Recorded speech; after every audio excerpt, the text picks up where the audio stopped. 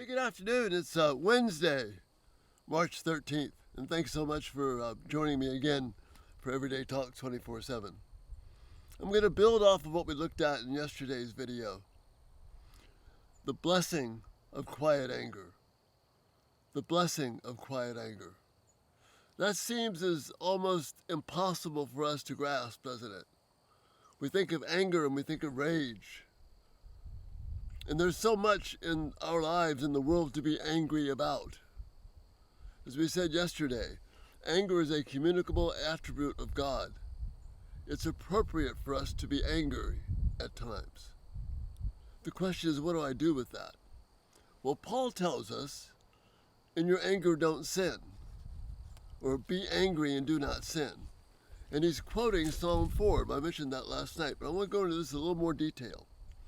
So we have things around us that anger is appropriate.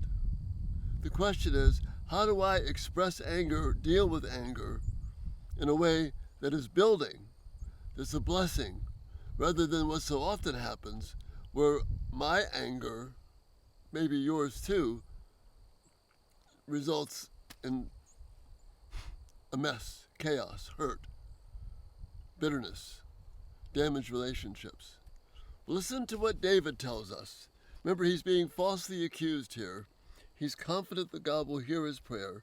So in Psalm 4, he says this, be angry and do not sin.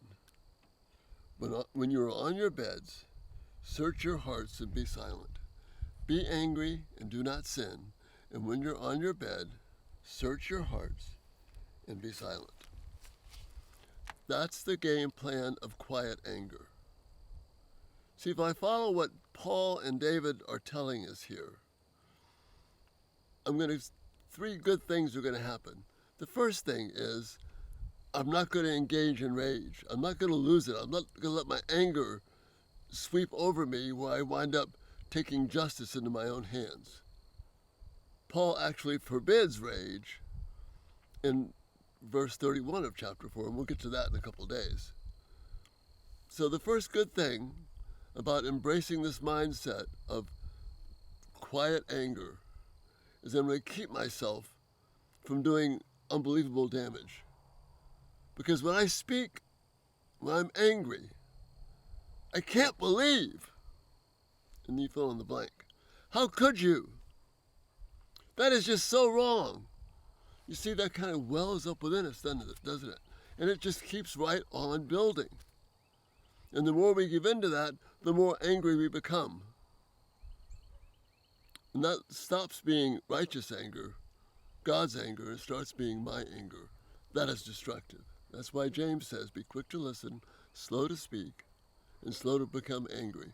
Because the wrath of man, the anger of man, will not produce the righteous life that God desires. So that's the first attribute of quiet anger. It keeps us from being destructive. But here's the second attribute, and this is beautiful. Notice what he says here. When you're on your beds, search your heart and be silent. What David is saying here is when you get in bed at night, talk to God. Search your heart, as David says in Psalm 139. Ask God to know you and be silent.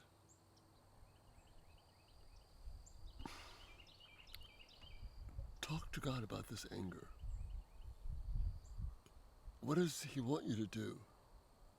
He's in control. He's your Lord. You don't want to go off on some wild tangent, but neither do you want to disregard anger. You don't want to be passive. You don't want to let anger just drift away and ignore the awful things that are happening. You want to be ready for action, but to do that, you want to do exactly what David is saying here.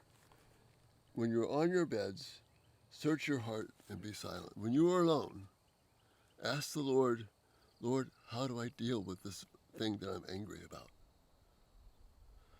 What's the path that you would have me take? So we can consider a passage like Proverbs 15, where it says a harsh word stirs up anger, But a soft answer turns it away. I'm before God. I'm trusting Him. So the second attribute of quiet anger is I go to God instead of unleashing my upset on everybody else. The third positive thing about quiet anger is then by searching God, by searching His Word, I can have a positive plan of action. In verse 5 of Psalm 4, David says, offer sacrifices and trust in the Lord. Offer the right sacrifices. Do the thing that you're supposed to do and trust in what God's called you to do so you can take action. If someone is abusing, you've got to be ready to take action, to get help. If someone needs your compassion, they need grace, and you can see through their struggles, then you can offer that kind word, that gentle answer. If there's something that needs to be corrected, there's going to be a biblical way to do it. You might even need help from someone to go about this. So now you have a positive plan of action. So the 3 steps are, I'm not going to lose it and create all kinds of relational forest fires and damage. I'm going to take the opportunity to go to God while I'm quiet, search my heart and find what He wants me to do. And then thirdly, I'm going to do the plan that He's called me to. See, this is the blessing, the power of quiet anger. If my anger is enraged, if I just lose it, if I'm yelling at people, if I'm raging in my heart, if I want to get back at someone, if I want to leave room for God's vengeance, I want to take it myself, that's destructive. But quiet anger allows me to be still before God, to trust Him, not to do more damage, to draw closer to know Him better, as we've been looking at in Ephesians, to know Him more deeply, and then to develop a biblical plan of action that will let us address this anger. Quiet anger. It's a rich blessing. Something that my eyes are being opened to in a fresh way just looking at these powerful passages in Ephesians 4 and Psalm 4. Think about that. The blessing of quiet anger. Get back to me and give me some feedback, and thanks so much for being here today, and such a joy to be with you, and Lord willing, we'll see you tomorrow. Goodbye.